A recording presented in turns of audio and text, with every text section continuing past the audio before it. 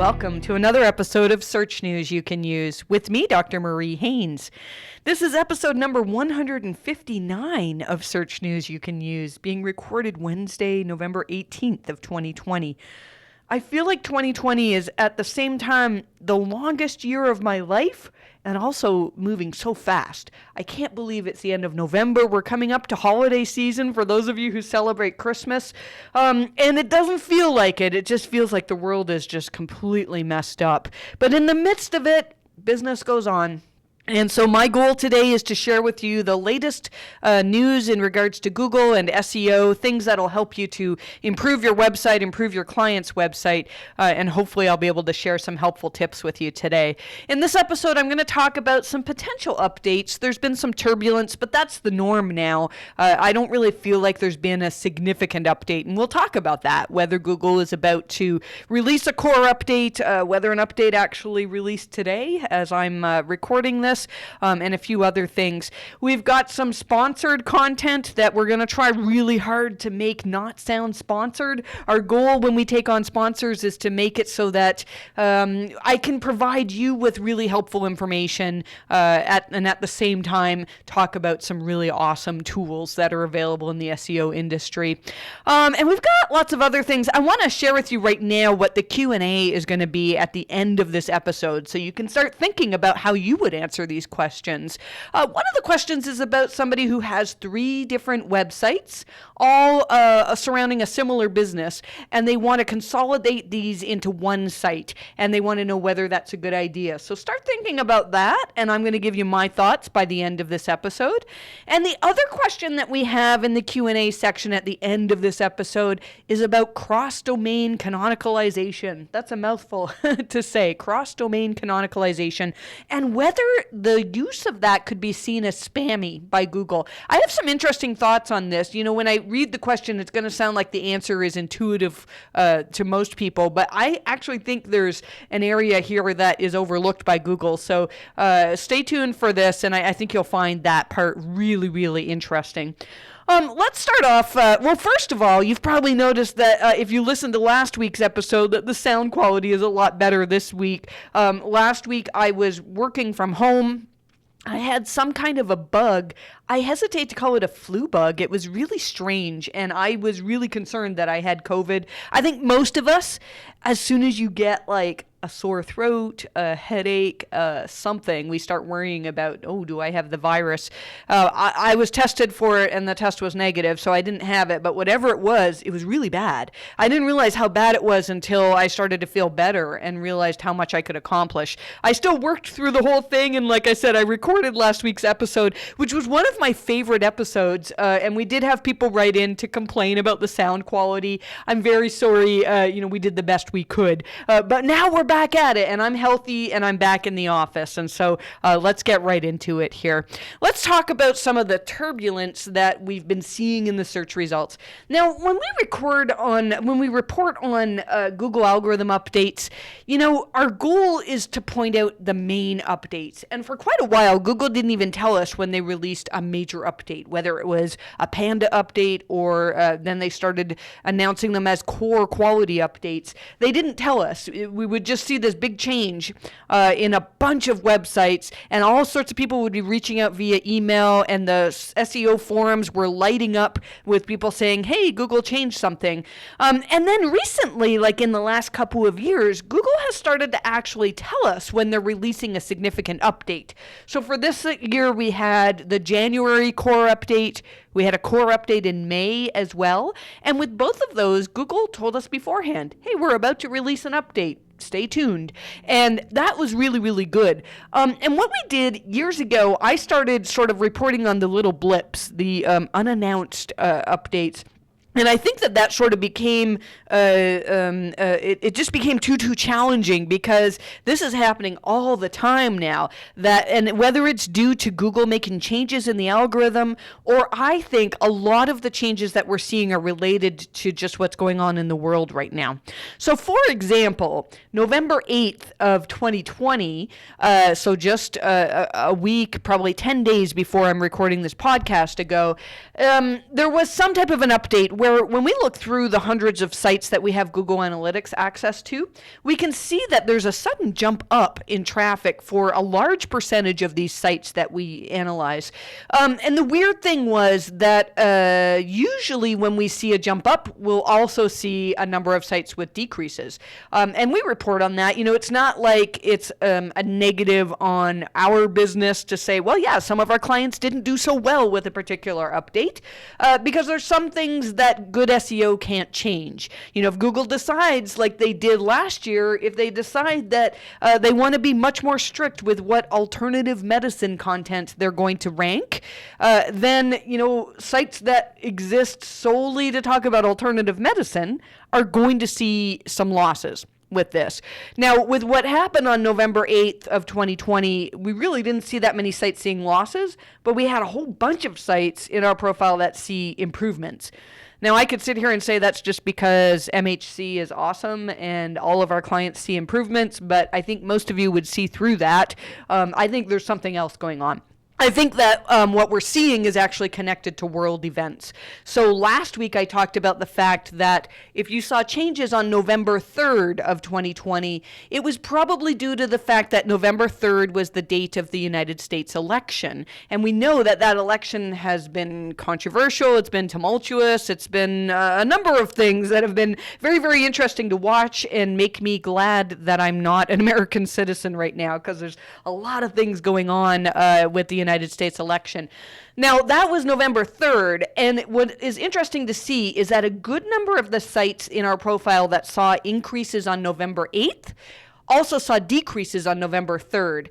And what we think is that most of the changes that we're seeing are just related to people changing their search habits. With that said, we may come back and look at this. What we tend to do now is if a certain date really stands out as a date in which websites saw a lasting change to the pattern of organic traffic that they get, then that's what we're going to analyze. So we haven't put a lot of effort into looking at November 8th of this year. Although it's really interesting, I cannot believe it's been an entire year since November 8th of last year. I know that seems like a dumb thing to say. Like, yes, it's been a year since the same date last year. That made no sense. But you know what I'm saying. November 8th last year was one of these dates in which Google did not announce a core update. They didn't announce any significant update, but something major happened at that time. And we're still analyzing websites that started seeing declines on November 8th of 2019. And this is going to get a bit confusing because something happened November 8th of 2020. But if your website was affected on November 8th of 2019, I'm starting to think more and more that this was more a significant date than we actually knew at the time. We wrote a blog post on it. I'm pretty sure it still ranks number 1 if you search for November 8th, 2019 Google update or something like that. And when it initially came out, we thought that it was mostly about link quality because most of the sites that saw declines at this time had links that we wouldn't call overtly black hat, but they were kind of gray in nature in the sense that they were links that, they're not bad, but they weren't truly recommendations, and links from things like roundup posts where, let's say I wrote some article on an SEO topic and I reached out to 5 of my favorite SEO bloggers and said, hey, do you want to be included in this post? And then I include a link saying, here's 5 other great articles on this topic. That type of link seems to have been devalued in some way by Google, and not specifically that, like not just that type of link, but links that are there for SEO reasons, as opposed to me truly wanting to recommend companies, seemed to be ignored in November of 2019. And my theory, now that we've had all of this information from Google, I've been speaking the last couple of weeks about this video that Google put out about trillions of searches and how Google is, changing their technologies to be able to do a better job at serving people the right answers or relevant answers when they do search. And one of the interesting things that came out of that video was that BERT, so natural language processing, really became integrated into Google's algorithms sometime late October of last year. Now, given that we saw this update on November 8th last year, I really think this is connected to BERT. And I think that a lot of these websites that saw drops, even though we connected it to links, it's not that Google said, you have unnatural links and we're going to demote you for that. But rather, I feel like Google got better at determining which links they should truly count to boost rankings.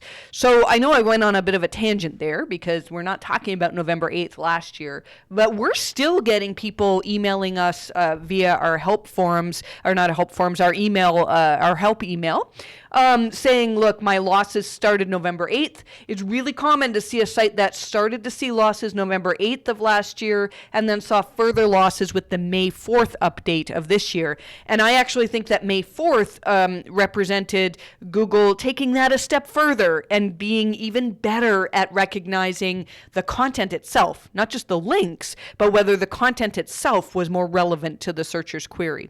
So, at this point, I'm not calling November 8th of 2020 a big update. As I started to record this, I heard some rumblings that maybe there's a big update happening right now. Bear Schwartz has an article on Search Engine Roundtable, and he's saying that there's a lot of chatter in the SEO forums about an update November 17th and 18th. Again, as we've been saying all along, this could be related to current events in the world. It's possible that something has changed on Google's side. My guess is that this is not a core update, given that Google's been very, very transparent with telling us when they're rolling out core updates. So we'll be analyzing that, and I'll let you know if it seems like anything more significant that's worthwhile paying attention to. Speaking of core updates, John Mueller said in a recent Help Hangout that there's really no timeline for when the next core update happens. So again, this year we've only had two. We had January core update, and then we had the May core update. We had some kind of update in June that we called the government update, where it seemed that Google boosted authoritative websites, and that is probably in response to coronavirus.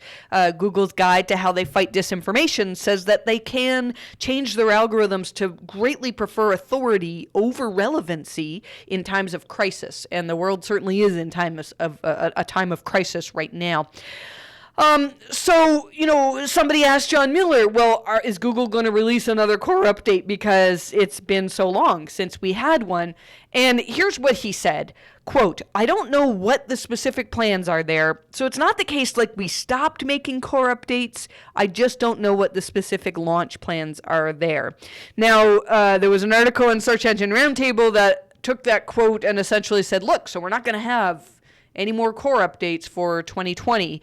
And some people are happy about that, and other people who are waiting to recover from a core update were not happy, because Google has said, and this is our experience as well, if you've been slammed by a Google core update, recovery is possible. You can see improvements even before another core update happens, but they tend to be marginal. The sites where we see things that we would call a recovery from a core update, those tend to be, they all happen on the date of another core update. So if you were hit by the May 4th update and you've been working on improving your content, then you're probably eagerly awaiting the next core update, because that's where you'll see if the changes that you made are actually going to be helpful to your site. So some interpreted John's results to say, yeah, Google's not going to release a core update before the end of the year. And every year we have this discussion. Google says, well, we don't want to release things in the last quarter of the year because it disrupts holiday traffic and, people who are doing SEO for Christmas-related things. It makes things really challenging. But we've seen for many years that Google releases significant updates in November. I feel like they've done some in December, although I don't know that we've had a core update in December as well. But here's the thing. So when people tweeted about the fact that Google's no longer going to be releasing any core update in the next few months, John's response to several people was, this sounds way too optimistic. It's really not a made decision. It sounds to me like Google will release a core update when they're ready to release a core update. And that could still be soon. And it's possible that what we saw, all the chatter with people talking about November 17th and 18th, that's the startings of a core update. But again, I don't think it is, because I feel like Google would have pre-announced it. So I feel like I just talked for, the last 10 minutes to say nothing.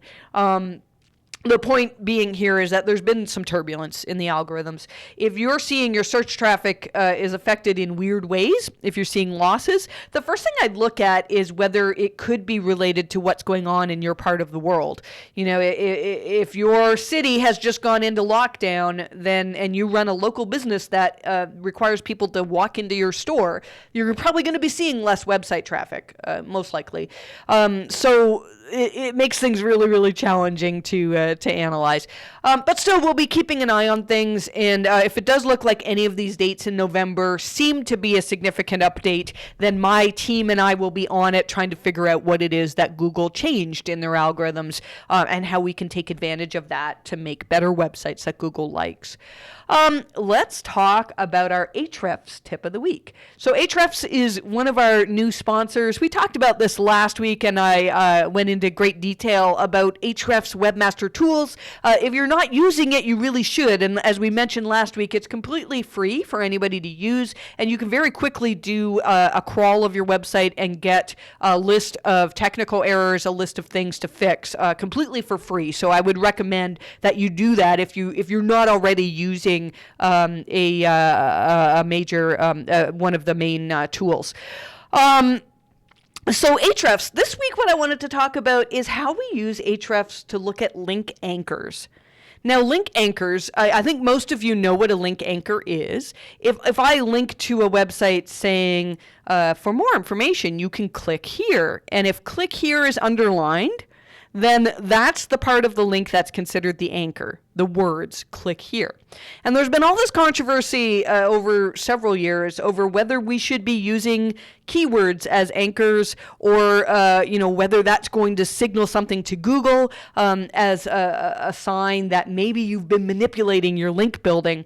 And people, we've actually had some good discussion this week about that in regards to internal links. And there is no evidence that using keyword anchors internally can be a negative for your site. You should be linking descriptively to your pages internally. But what I'm talking about using Ahrefs for here is for looking at external links. And one of the things that we'll do, now if we're going to do a link audit, if we're going to do an exhaustive link audit, then what we're going to do is we're going to gather links from several different sources. And so we use Google Search Console because those are the links that Google has provided us, so they're probably worth looking at. But Google Search Console doesn't tell us whether links are no-followed. It also doesn't tell us a number of other things, like you have to actually click on the link and go to the page to see the context that the link was that it was linked in. When you look at Ahrefs, you can very easily click on individual links and see the text that's before and after the link. It's very easy to make decisions on whether a site's been involved in unnatural linking by just looking at the anchors section in Ahrefs. I've put a screenshot in newsletter, which is going to be kind of hard to describe in a vocal podcast, but this is looking at the anchor text section of Ahrefs for a site that I worked on many, many years ago. And you can see, this was a site that had a manual action. You can see that the vast majority of the anchors in the links that point to this site contain keywords. And that's often a sign that something unusual is going on here.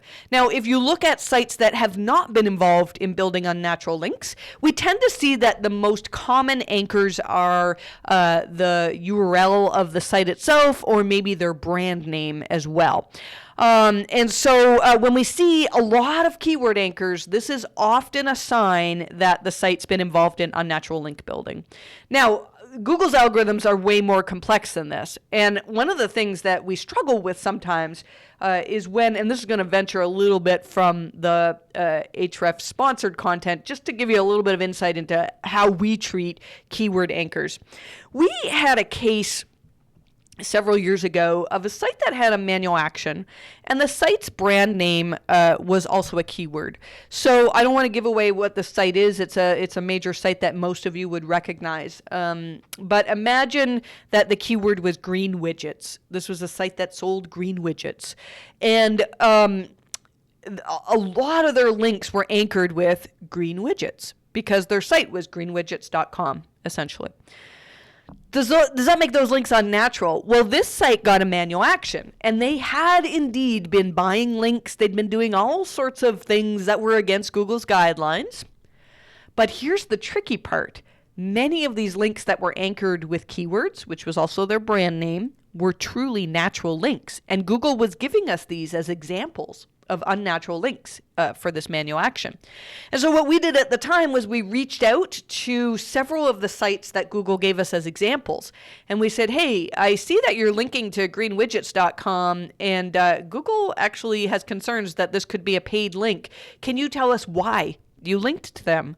And many of the site owners did not respond to us, but a couple of them did, saying, I truly love this brand, and I wrote about them because I love them. Like, they weren't paid for it. It was legitimately a good link, but it had a keyword anchor. So what would you do?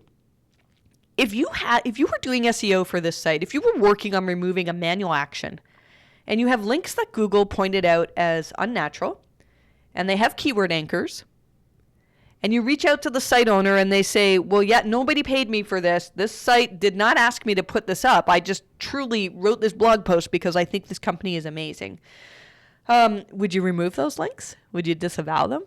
It's tough, right? So this was a bit of transparency. This was back like 2013 or so that this particular case happened.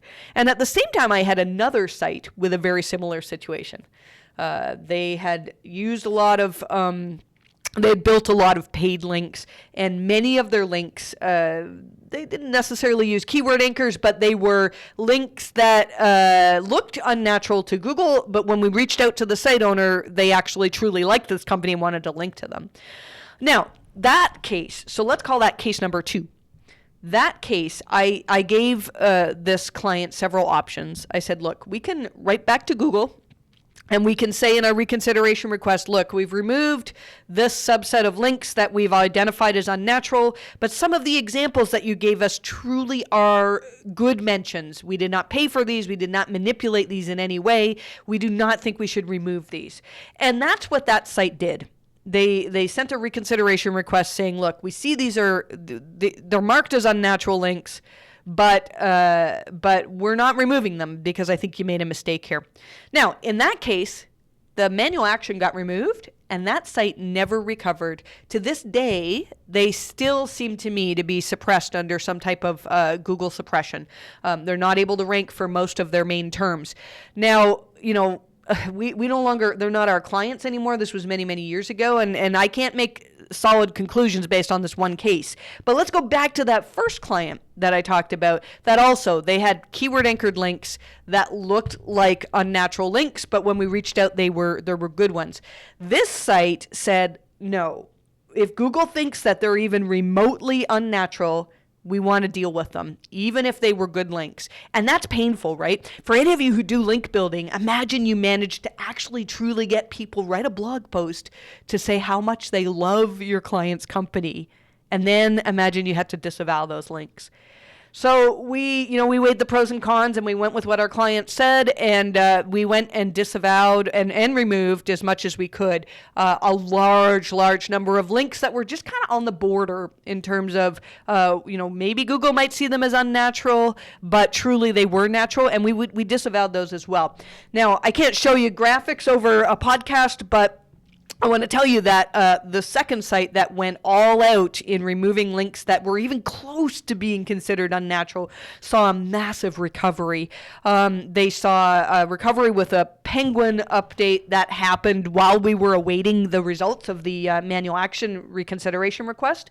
And then they saw even better improvements when the manual action got removed. And to this day, this site is just skyrocketing. They're doing really well. Whereas the first site, who said, no, we're going to keep this because it's natural, is still struggling.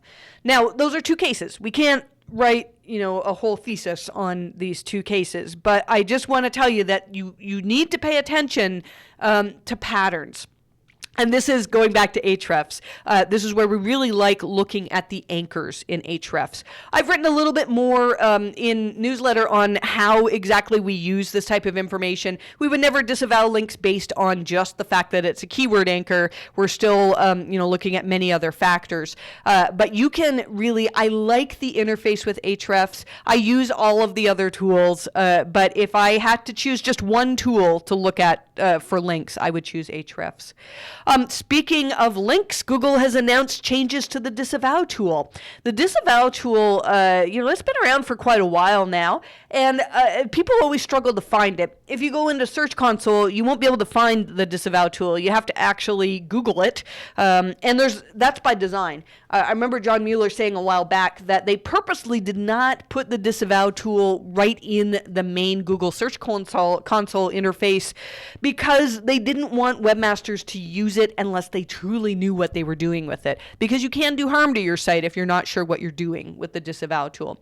So when Google announced the new Disavow tool, and they said, today we're completing the migration of the Disavow links tool to the new Search Console interface, I thought for sure we would find it in Search Console, but it's still not there. You still have to search for it, as far as I can see, unless I'm blind, I'm not seeing it. But you still have to search for it and know what you're doing in order to use it. But the interface is different, and the interface itself looks more like the new Search Console than the previous one. A few things that have changed with the tool, and maybe not changed, Google just made more clarification. The maximum length of a URL that you can put into the tool is 2,048 characters. The maximum file size is 100,000 lines, including blank lines and comment lines. And we knew this already, that the maximum file size was 2 megabytes.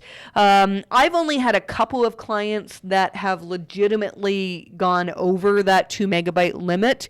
And usually that's a case where sites are disavowing too many links on the URL level. We almost always recommend disavowing on the domain level. I've gone into great detail about that before, but yeah, so if your file size is bigger than 2 megabytes, you're either, you got a lot of unnatural links, or you're doing something wrong in just disavowing everything based on some random metrics.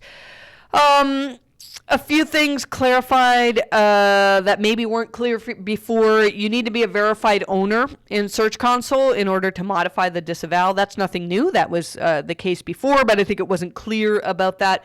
The one thing that's a bit confusing is errors. It used to be that before, the moment you tried to upload a disavow that contained some errors, maybe some syntax errors, it would give you a message saying, we found errors on line 3, 200, and 487 on this, on this file. And now you don't see those errors until you've actually uploaded the file. So it might be a little bit more challenging to find those, but I'm encouraged that Google is keeping the disavow tool. I had some people reach out to me and say, well, this is evidence then that Google's not going to take it away. I don't think they would have put all this effort into migrating the tool into new Search Console if their plan was to completely take it away. So I think we'll still have the option to disavow for quite some time. I still think that most sites do not need to disavow. I should mention that just a few weeks ago, we published our second edition of our manual actions textbook. And if you're trying to figure out what to disavow or how to do it, I would encourage you to buy that book about removing manual actions. Google also announced changes to the remove outdated content tool. And this actually kind of confused me a little bit because there's two ways that you can ask Google to remove outdated content. One is via your own Search Console, and then this new tool is basically an old tool that they've given us back again, that you can actually request removal for URLs that you don't own.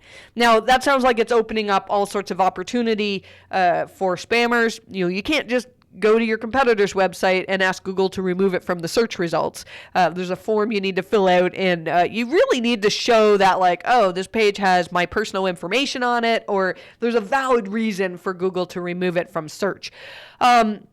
If you want to remove your own content from search, the best way still is to no index the content, to maybe you could hide it by robots, but you still need to have a no index tag on it. Otherwise, the URL can still exist in Search Console. So there's a little bit confusion around this tool. There's also, I saw Michael Vandemar, who's excellent at malware removal. If you have any issues with malware, reach out to Michael. He's really, really good. He worked with me a few years ago for one of my own sites that had a horrendous hack. And he said there's still no way to bulk remove individual pages from Google after a hack. So often if your site gets hacked, the hack will produce hundreds, sometimes thousands of new pages that you would want to get removed very quickly. And you would think you could just no index these pages or 404 them and then ask Google to crawl them again. But the thing is, because they're lower quality, they get rarely crawled by Google. And so the old URL removal tool used to be good for telling Google, look, we have all these URLs that are there as a result of a hack, and we want you to get rid of them now. So there's still, it's not perfect. And if you've been trying to use this, you've probably been struggling a little bit. We saw this week that Google is experimenting with product-related subcategories in search. Again, a hard thing to talk about in a vocal podcast as opposed to, you can see in newsletter some screenshots for what this looks like. By the way, mariehaynes.com/newsletter, and this is episode number 159. One of the things that we saw was that there were little subtitles. It seemed like a test that somebody saw, and Google's always running new tests. We don't know if this test is going to make it to be part of the mainstream SERPs or not. But the test showed that when they did a search, Google gave them tabs that they could look at to say, are you looking for an overview, for products, for stores, or shopping, for videos, for reviews? And so Google had, you could click on each of these, and instead of seeing the overall search results for this query, you would see just the product results or just the video results, that type of thing. That might not seem like anything exciting, but to me, I think this is one step closer to learning more about how Google understands intent. So, we talked internally about how does Google do this? Do they look at the schema on the page? Are they looking for calls to action? Are they looking for symptoms, the signals that show that the page is transactional? And we don't know exactly how they're doing it, but we know, and they've told us that BERT is extremely good at understanding the intent behind a query. And so Google's goal is to be helping to match those intents, helping, somebody who does a search for a keyword and is looking to buy that product is quite different. They're going to want to see different results than somebody who is still looking for information on that product and is not ready to buy that particular one itself. So I think this is the key to SEO, probably 2021 and on, is getting better at writing content that understands what your searcher's intent is. Let's talk a little bit about another tool that we love to use, and this tool is Sitebulb. So ironically, just a couple of days ago, I was tweeting about some things I like about Sitebulb. I didn't know at the same time, like almost exactly at the same time, in the background, Sitebulb was talking to my team about becoming a sponsor. And I tweeted that there's three major things that I love about Sitebulb. Number one is crawl maps. They're really, really nice. I've got some pictures in this episode of newsletter of a site where they came to us and we did a site quality review. And one of the things we noted was that their content was just kind of all over the place. And when we did a Sitebulb crawl of the site, we could see that the crawl map, so the crawl map kind of shows you like these big dots as main pieces of content. And then there's links or lines that show how they connect to other pages. And there's different ways that you can get these diagrams to display. Well, when we did the first crawl for this website, it was just kind of like links everywhere. And one of the recommendations that we made was to do a hub and spoke organization. And what that means basically is that you have content hubs. So for example, you could have one main topic that you've written a very, very good post on. And then you have smaller posts that are the spokes around that hub wheel that all link back to the main hub and all use anchors on your internal links that give Google clues as to what that hub is about. And so when the client restructured their content and made it a hub and spoke structure, the site bulb crawl was beautiful. We could see these little clusters of content hubs. And so in newsletter, I've showed you, and this site saw probably close to 100% increase after doing this in traffic. I mean, they did extremely, extremely well. So there's a lot of great things you can use site bulb for. If you're not familiar with it, it's a crawler that you can use on just your site or on your client's sites as well. And one of the things I think we'll probably get into in future episodes is some of the hints that the tool gives. So if you're looking to repair your technical SEO, what I found is Sitebulb gives very intuitive hints. They tell you, all right, we've recognized this problem, here's why it could be an issue, and here's how you fix it. And I found that it gave us very, very actionable things to work on. So I really would encourage you to check out Sitebulb. I believe we have a link in the online version of our newsletter, episode number 159, for where you can get a copy of Sitebulb. I hope you try it out and enjoy it, because it's truly a very good tool. Let's see, local SEO. We had thought maybe there was a local update on November 17th. There was some type of fluctuation that the Bright Local Rank Flex tool picked up, but it was very minor, and so we haven't looked into that just yet, but there may have been some fluctuations in local search rankings as well this week. Interesting news, Google launched a new program that they call the Small Business Advisors Program, and this is, I don't know a whole lot of details about this. I feel like I need to read more about it, because it sounds like for, just a phone call, you can basically get SEO advice from Google. And I haven't talked to anybody who's actually used the service, so I don't know how good it is. But let's see here. Barry Schwartz has a good article talking about it. And you can apparently schedule a one-on-one call. It's a 50-minute video call with a specially trained Google advisor who can provide you guidance on things like Google My Business, your ads, your analytics, even YouTube as well, and more. Now, I don't know what level of detail this will go into, and honestly, in a 50-minute call, you're not going to be able to solve all of your site's SEO problems. This is completely free, apparently, but normally, I guess in the past, it used to cost $40 US. So if any of you have used this service, I'd love to hear what kind of advice you got. I'm almost wondering if this is going to be similar to AdWords advice, where I don't want to put down AdWords advice or Google Ads advice. I don't do PPC for clients. But I have sites where, we get contacted by Google employees with advice, and it's bad. The advice that we get is not advice that I would follow.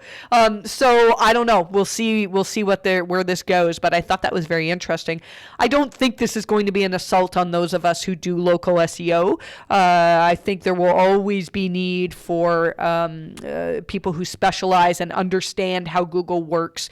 So if you read this and went, oh my goodness, my career is over, it's probably not, provided you do good work. Let's see what else. We've been talking the last couple of weeks about some reviews, Google My Business reviews. Some of them are not getting published, and according to Joy Hawkins from Sterling Sky, this is apparently fixed. So she tweeted on November 12th that Google reviews should show up within the next 24 hours. So if you had missing reviews, then check it out, and I think you'll find that they have returned.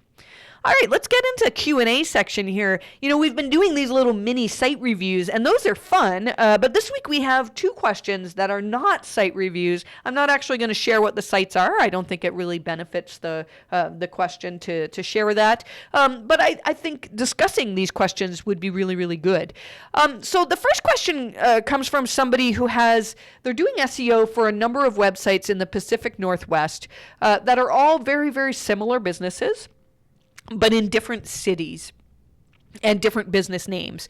And this business, or this group of businesses, essentially wants to take all of their websites and put them into one main website. And the question is that a good idea or not? So I'm going to give my usual disclaimer. This is the type of decision that really needs extensive investigation in order to answer properly. So I would say, whatever I say here, you can use that as fodder to sort of generate some discussion, but I wouldn't make any final decisions based on what I say here, because I haven't analyzed these sites. So in general, well, first of all, why would people have 3 different websites? And most of that is usually for SEO reasons. And I believe that really it's kind of the SEO, the type of SEO that we used to do in the past is the type of SEO that the types of reasons why people would create multiple websites like this. So, for example, this is a very simplistic example, but imagine you have one website that sells red products and one that sells blue products and one that sells green products. You would rank better perhaps if your website is called redproducts.com for red products. But Google, I feel, has moved past that. And if you're trying to rank based on exact match domains, they can still have some power.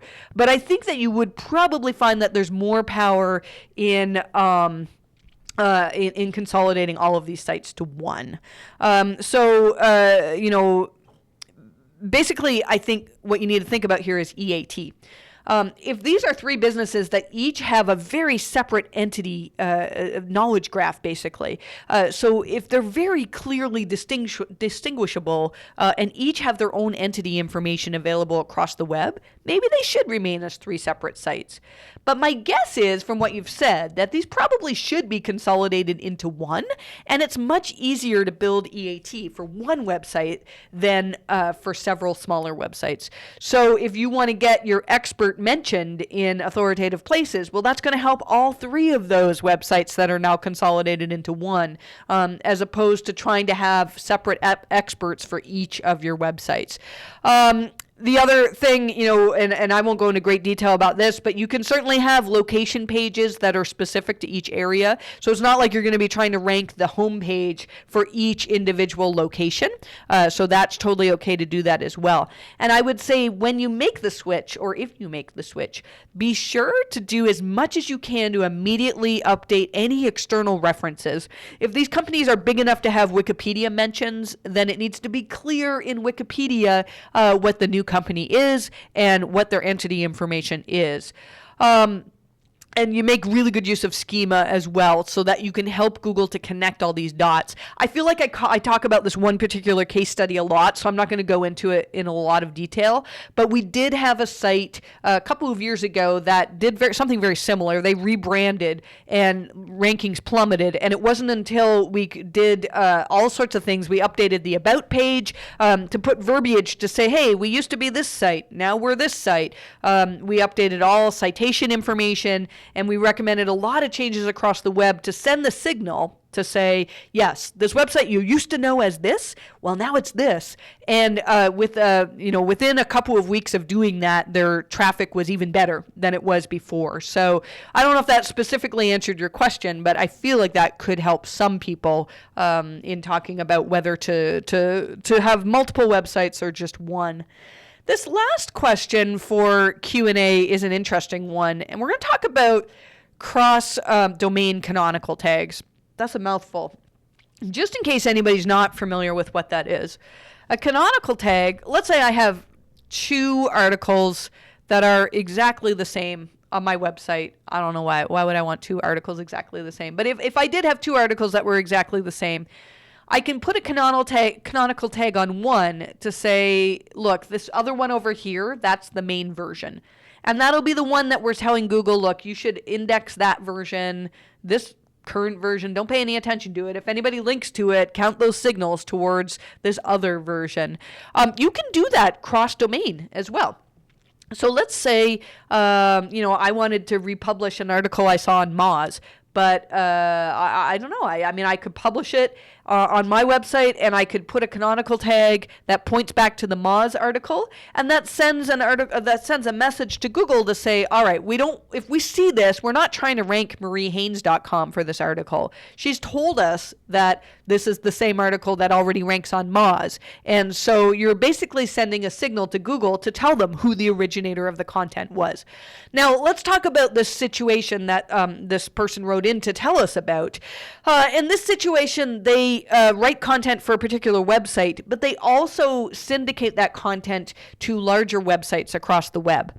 And what they do is they've asked those larger websites to put a cross-domain canonical tag, pointing back to the originating site in this, who actually created this content. And that's totally okay. So the question was whether that would be seen as spammy by Google. And here's why they asked that question, or at least why I believe they did. When you see this, it actually appears in their Google Search Console as links, as external links. And so if they can suddenly see that there's this massive number of links, but really they're canonicalization that seem to be coming from one website, it can kind of look a little bit overdone in Search Console. The thing is, though, I can't recall ever working on a website that was deemed or that we deemed to have unnatural links because of canonicalization. Large numbers of links in Search Console, that's normal. If a website links to you from their footer and that website has 1 million pages, that's going to be 1 million links pointing to your website. It's not like Google's going to say, oh, somebody linked to them 1 million times. It must be unnatural. Rather, Google has way more signals that they look at than that. So the question, though, and the reason why I chose this to answer on podcast is that this has come up in the past. I've actually had a mentor of mine talk about this where he was wondering, so he had a very authoritative website. And he said, if I take one of my smaller websites and if I take this authoritative website and I publish an article from my smaller website on the authoritative website, and then I put a canonical tag pointing to the smaller website, hopefully I don't lose you guys as I'm telling this, then when Google, if somebody links to this article on the authoritative website, which is much more likely to happen, right? Because tons of people read this website. It's a major authority in their topic. Then those links start counting towards the smaller website.